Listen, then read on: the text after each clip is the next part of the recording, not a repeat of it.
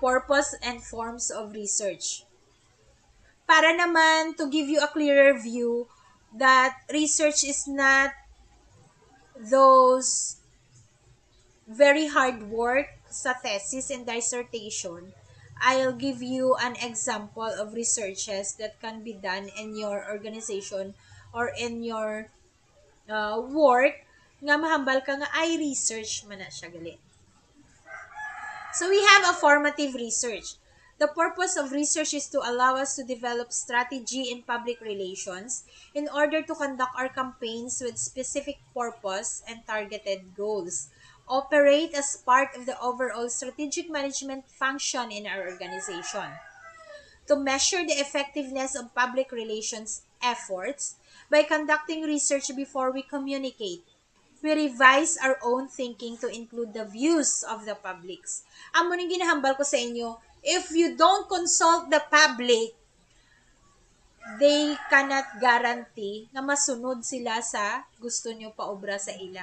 Because in the first place, ginmanduan nyo lang sila. Diba? Bisan kita gani as parents, no? Kung kisa sa balay ta, if we do rules and regulations without even asking our children, banlaban di sila magsunod. Mambal ka nga, o pag 7 o'clock, wala na wifi. Tulog na kamo. Sa ilabi nga bilang bata, kag respeto sa inyo as parents, okay, masunod sila nga matulog na. Pero, kung panglinglingon mo sila sa ila kwarto, nagapanakbong ina sila habol, kag sige man gyapon kuti-kuti sang ila cellphone. So, you ask them, what would be the perfect time or best time for you nga mag-sleep na? So, according sa research, nanay, we need at least 6 to 8 hours nga mag-sleep to be healthy. Excuse me. So, if you ask,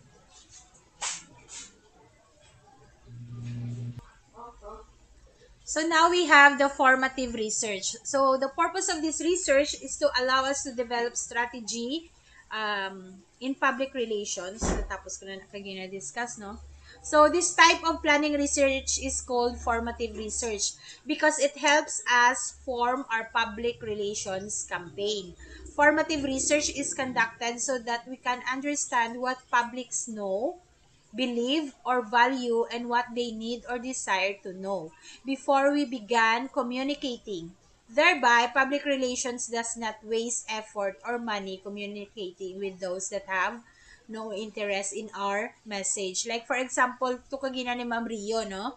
So that we will not waste government funds on a certain program nga hindi malanggali siya effective.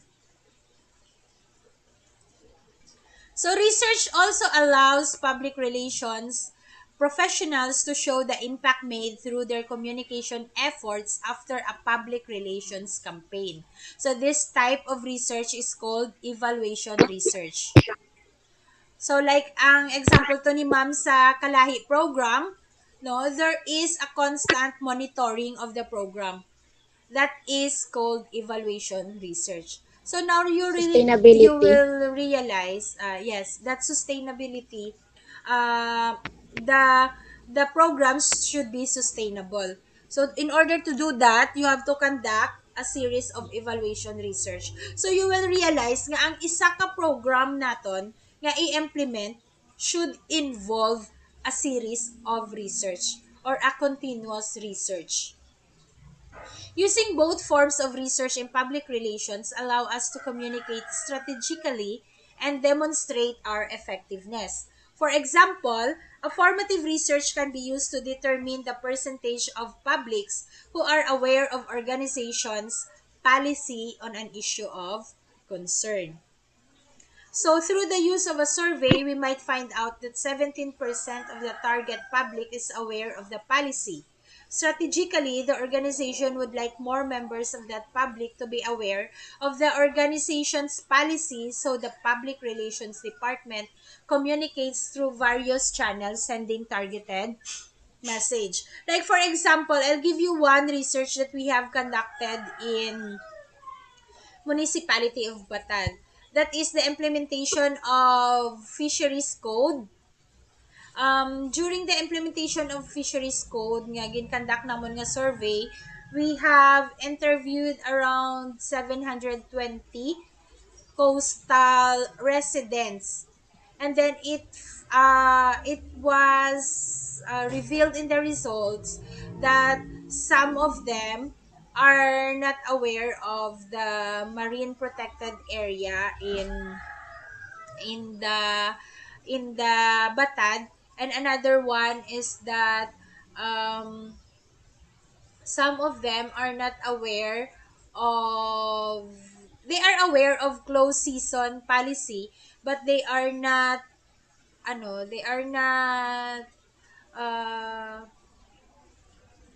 not fully aware na dapat hindi gid gali mangisda magkuha sa mga pelagic fishes during that time.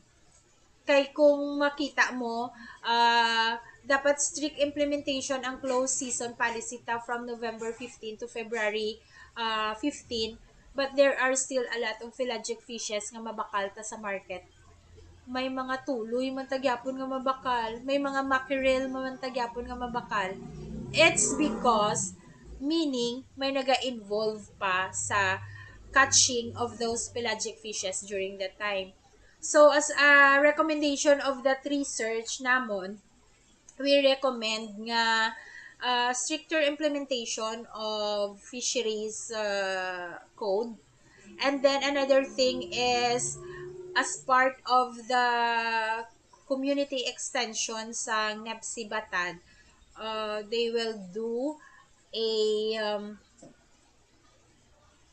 awareness lecture on the salient provisions of Fisheries Code of the Philippines. So in that way, makita mo nga agali may nagapangisda pa sa amo sina, nga agali may nagapang dakop, may naga-catch pa sa muna nga fishes nga tani kung wala na nila gin-catch kay that time dira na sila naga reproduce gid. Dapat tani taas ang production na sang amo na nga pelagic fishes after some close season. It's because hindi sila fully aware. So it is our duty as public administrators to let them be aware of that. No?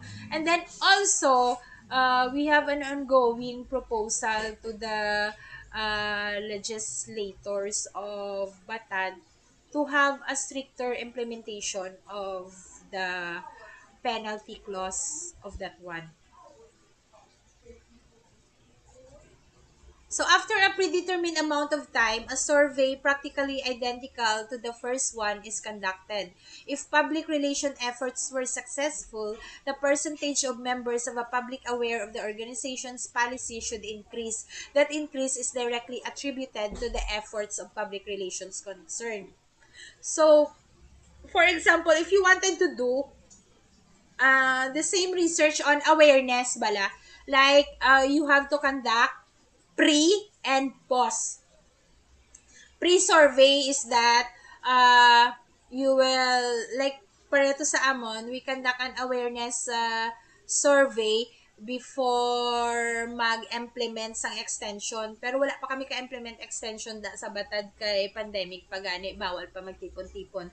So the result of that pre-survey on their level of awareness will be compared sa post-survey nga obrahon after na makandak atong public awareness. So, makita mo nga if there is changes or they have increased level of awareness, that could be directly attributed to the effort of public relation campaign. Sumambal nga, ay may pulos gali ang amon nga pag orient or pag seminar sa ila kay nagtaas ang level of awareness nila. We could report members of the community public aware of our new toxic waste disposal initiative increased from 17% to 33% in the last 2 months kung nagaobra ka mo sang pre and post evaluation. Like for example, before mag-conduct some program, you conduct pre-evaluation. After you conduct the program, you conduct post-evaluation. Then report, did you meet your target or pila ang significant increase sa awareness sina nila. So measures such as this are extremely common in public relations management. Dapat common siya sa public relation management ha. But if you can see, it's not commonly practiced. So hopefully, out of this new batch of public administrators through you, maamat-amat yun na ano, ah include nga process. Bisan sa inyo lang nga mga bisan sa mga participants nyo lang na bala, no? Then measures, this may be referred to as benchmarking because they establish a benchmark and then measure the amount of change similar to before and after comparison. Kumambal ka nga, ma'am, ginaobra man na namon pero wala namon gina-document. Okay, congratulations for doing so. But I suggest you should put it into writing for benchmarking purposes. Nga aman, kay kung nag-benchmark na kamo and it is successful in your locality, it could be successful in another locality.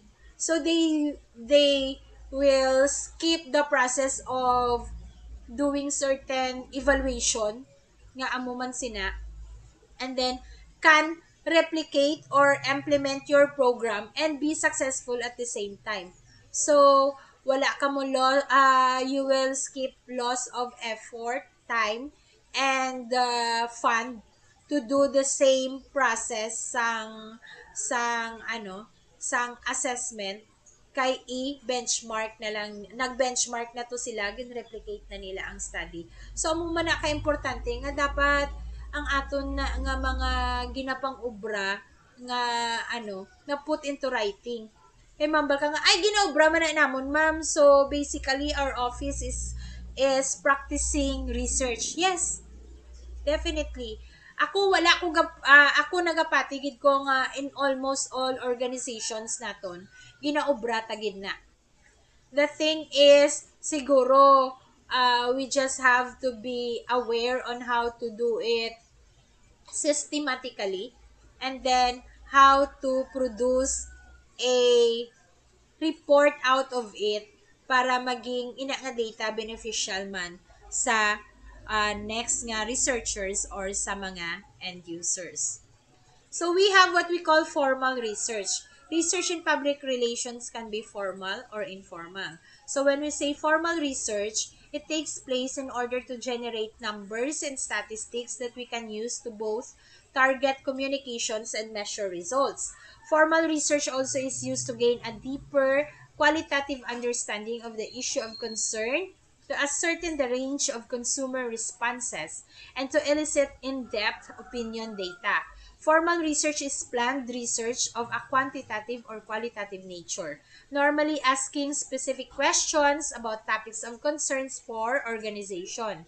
So formal research is both formative on the onset of public relations initiative and evaluative to determine the degree of change attributed to public relation activities. So mamba kani nga formal research gini siya. So there is definitely a need nga naka-structure gid siya. When you do a formal research survey, hindi pwede nga nga i-gather mo lang da sila, then kung ano lang mag-come up sa mind mo nga question, amo lang na imo ipamangkot. No. When we say formal research, it should be structured. May naka-outline nga dapat naton sundon. Okay, so ma'am, baka mo nga, ay ma'am, ang amon gali nga research, pwede man ninamon i-convert into formal research. Like for example ma'am, ang inyong nga mga focus group discussion, wherein you gather people in the community, pwede nyo gid na ma-formal research. Then we have the informal research. It is a collected or an ongoing basis by most public relation managers from sources both inside and outside of their organization. Informal research usually gathers informations and opinions through conversations. So it consists of asking questions, talking to members of publics or employees in the organization to find out their concerns, reading emails from customers on comment cards, and other informal methods such as scanning the news and trade press.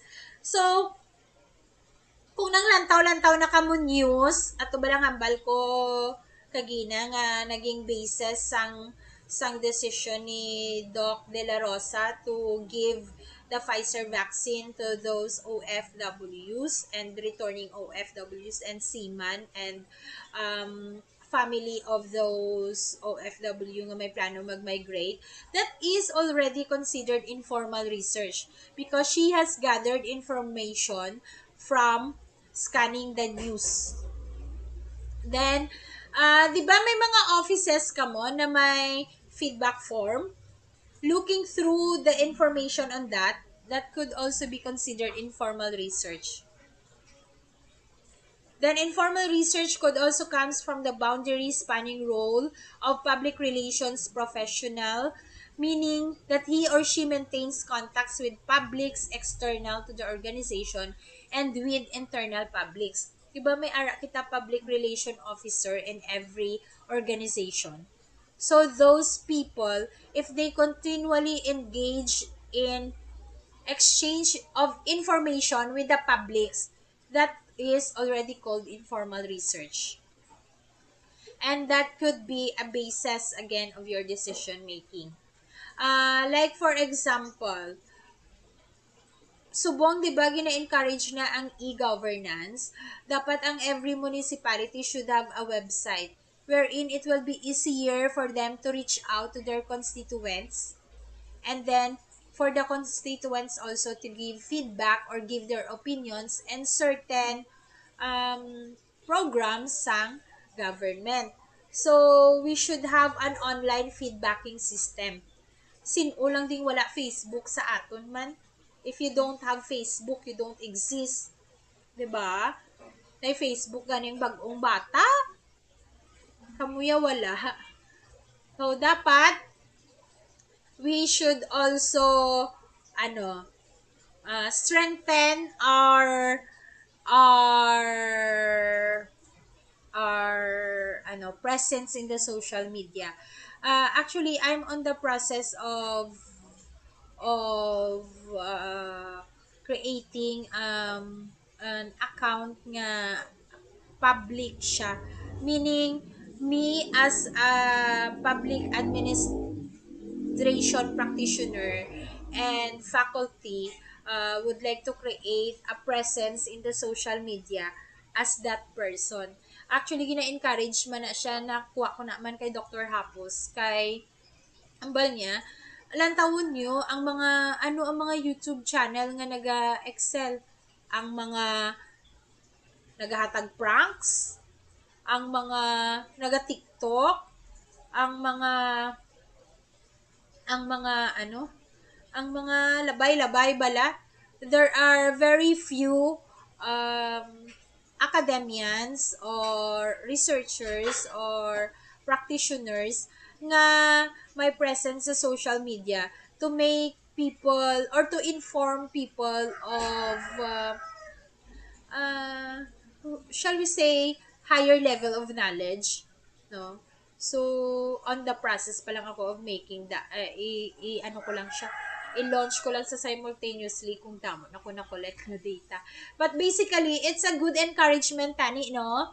Kung ang mga municipality naton may YouTube channel man, wherein dira napakita ano ila programs, paano ni siya nag-improve sa lives sa mga tao, ano naka-line up nga programs sang sining LGU, sinong gusto mag-benefit, di ba? Informational siya. So, the public relations professional spends a great deal of time communicating informally with these contacts in an open exchange of ideas and concern. Actually, class, may ako gin-attendan nga seminar just months ago. It is called ethnography. It's like ethnography, when we say ethnographic research, we stay in a certain community and observe their culture, their way of living. Ini na siya, ang ethnography is uh, it is a research intended for certain group, 'di ba sa FB may mga groups or may mga Twitter, mga amo na bala nga a certain topic wherein how the public views it. May ara to isa ka example sang ethnography is that um how reactive people is with the government program on livelihood, micro entrepreneurs. So, it's a qualitative research wherein tanan nga comments sa sina nga certain video was collectively gathered and ginhimay-himay to find out kung ano ang ano ang perception of the public on that micro entrepreneur initiative of the DTI, I think. So this is one way that public relations can keep abreast of changes in an industry, trends affecting the competitive market, issues of discontent among the publics, the values and activities of activist groups, and the innovations of competitors. So kung ma-notice nyo, those private companies, may mga ano gina sila yan, may mga website. Because through that, they can continually solicit feedback from customers. And through that, they will continually improve their product and service. Tani kung maobra taman na sa public service no, nga gina-value ta kung anong input sang majority so that we can initially innovate on our programs. Ang problema kung kisa sa public service naton is wala ta competitor. That's why we don't strive to make ourselves better. It's like saying wala man sila choice, so they should um, make use na lang or accept na lang kung anong mahatag ta. But siguro we should as public servant, we should we should look into competing with ourselves, that our our next program should be better to the previous program that we ourselves has implemented, because we have already learned the problems that we encounter, and through our experience we have learned kung anong ubrown sinadira. So dapat and every new program nga i-ano ta, and every new program nga i-kandakta, and every new program nga i-kandakta, it should be better.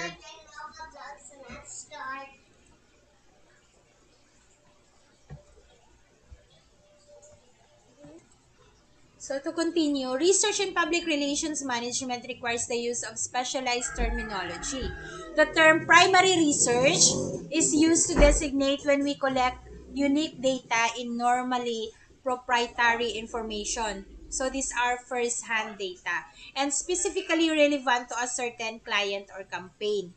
Primary research, because it is unique to your organization, and research questions is often the most expensive type of data to collect.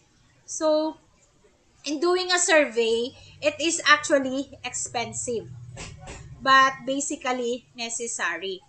Hambal gani nila, you will not be able to know what is the occurring problems in your community or in your society if you will not ask the people around you. Tapos, those naman niya, hambal di, research question is often the most expensive type of data to collect. Actually, ang pinaka-problem gid sa research is finding the right research problem. That is your research questions. Kay, in considering research questions, you have to ask yourself first, with these questions or with these problems, will I be able to give solutions that will be beneficial to my community? Hambal nila gani, kung wala ka problem, kung mag-thesis writing ka and you don't have a problem, meaning research problem, that is your biggest problem.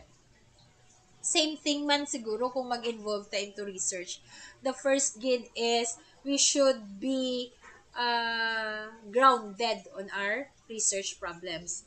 Secondary research refers to research that is normally a part of public domain but is applicable to our client, organization, or industry and can be used to round out and support the conclusions drawn from our primary research. So managers often use secondary research as an exploratory base from which to decide what type of primary research needs to be conducted. Mostly class, secondary research will be uh, existing data that you need to gather to supplement your primary research. So like for example, if you want to conduct a research on sustainability of uh, micro enterprise in your locality, so that is your primary research, no? You have to look on how sustainable they are, the factors you consider to be sustainable, and then how profitable they are in the past years. Your secondary research data would be to look into the report submitted to the Business and Licensing Office of the list of micro entrepreneurs and their profitability trend for the past years. If you could get a data of 3 to 5 years of their report of their income over the years, that could be a basis for your that would be your secondary research and could be a basis for your primary research, wherein you can formulate questions out of those data provided. So what are the quantitative research? When we say quantitative research, these are methods of quantitative data collection. It could be internet-based surveys. Now we have the Google form, wherein you could create your questionnaire in Google form, and then just send it to your target respondent. Sorry for the spelling of research. And then we can have telephone surveys when then you call people one by one and then ask them series of questions. Then you could have mail surveys. Usually we don't do it nowadays because we have the world on our fingertips by doing www dot. No? Then we can have comment cards and feedback forms. Ang nahambal ko na bala sa mga offices nyo. We do have feedback forms there. That could be source of your quantitative research. Then we have warranty cards. This is for for the private organization. Usually sa mga warranty cards information da bala nila, they get the demographic profile of the buyers, and then mostly out of those kung ano ang age group ang usually nag-claim warranty, like that. And then some private organization has frequent shopper program tracking. Or may ara na sila, 'di ba may ara ka mo membership card sa sina nga organization or sa sina nga company, that is their source of quantitative research. Ano ka-frequent nga shopping sa ila, ano mostly ang ginadata nga mga ginabakal mo sa ila. Then we have the qualitative data. So, methods of qualitative data collection. Kung ako mangkuton, quantitative data gathering is is um, easier to do than qualitative data. Kasi qualitative data class, mas mabudlay siya i-extract because you will need skills to do it. And then sometimes there will be biases kay hindi tanan nga gina-interview mo or hindi tanan nga ginasabat nila sa focus group discussions nyo or case studies nyo are truthful. So, the qualitative data collection is also very time consuming. So, you need to do in-depth interviews, then the focus groups discussion, then we have the case studies, then participant observation, and then sometimes they do sa mga abroad, monitoring toll-free, may mga transcript na da bala. 'Di ba, mag-call ka sa PLDT or sa Globe, they said nga kung may reklamo ka sa customer service, 'di ba may ara na da nga this call is being recorded for quality assurance purposes kuno. And then monitoring complaints by email and letter. There are um there are there are other organizations nga ano, they are open for feedback sa Facebook bala, sa Shopee. Leave your comments, 'di ba? You have to leave your comments sa kung ano ang experience mo sa pag-buy sa sina nga ano, sa sina nga store or seller. Most of the time, these are used by other shoppers. Ako, pag shopping ko sa Shopee, kung bisan, 'di ba may a little price difference, ang akon nga decision making basis is the number of feedback sa seller. So you could consider that also. That one is as simple as doing research na already. So I hope you have learned the importance of research in our today's lesson, and basically in one way or another you will be able to make research as part of your everyday life and basis of your decision making, especially in your organization.